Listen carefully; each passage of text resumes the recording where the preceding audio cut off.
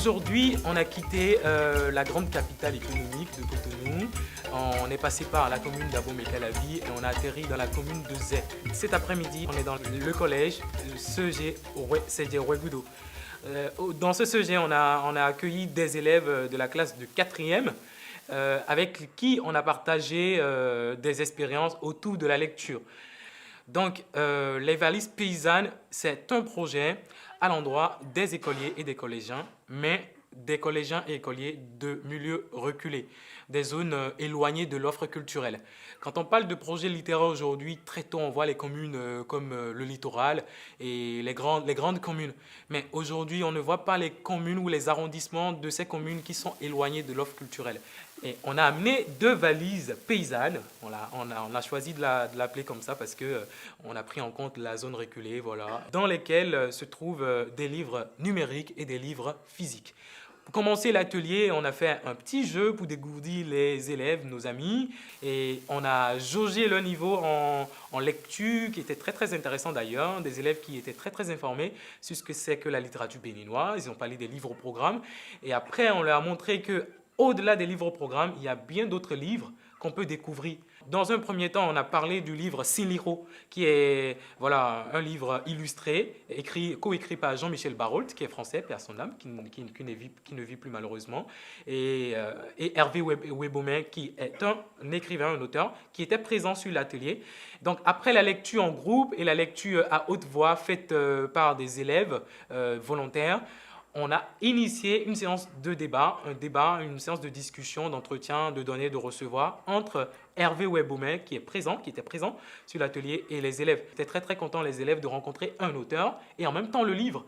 Parce que quand on rencontre un auteur et le livre en même temps, la relation avec le livre, ça change. Donc les élèves ont posé des questions très intéressantes.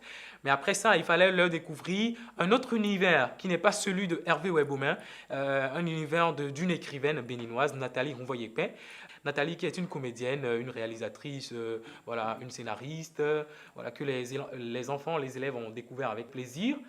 On pensait qu'il y avait de l'électricité, mais il n'y avait pas de l'électricité, donc on était obligé de garder les ordinateurs portables, 3 ordinateurs, heureusement qu'on n'en avait pas prévu autant, pour permettre aux élèves de suivre la projection en direct.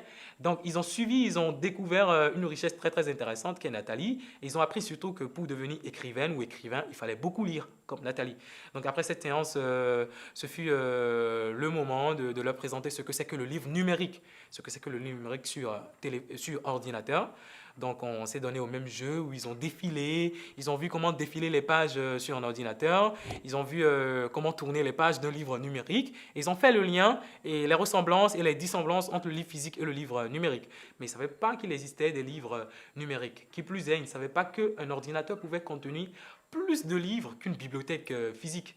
Voilà, donc ça c'est une découverte qu'ils ont faite. Donc après ça, c'était des séances de questions-réponses pour éclairer leur zone d'ombre.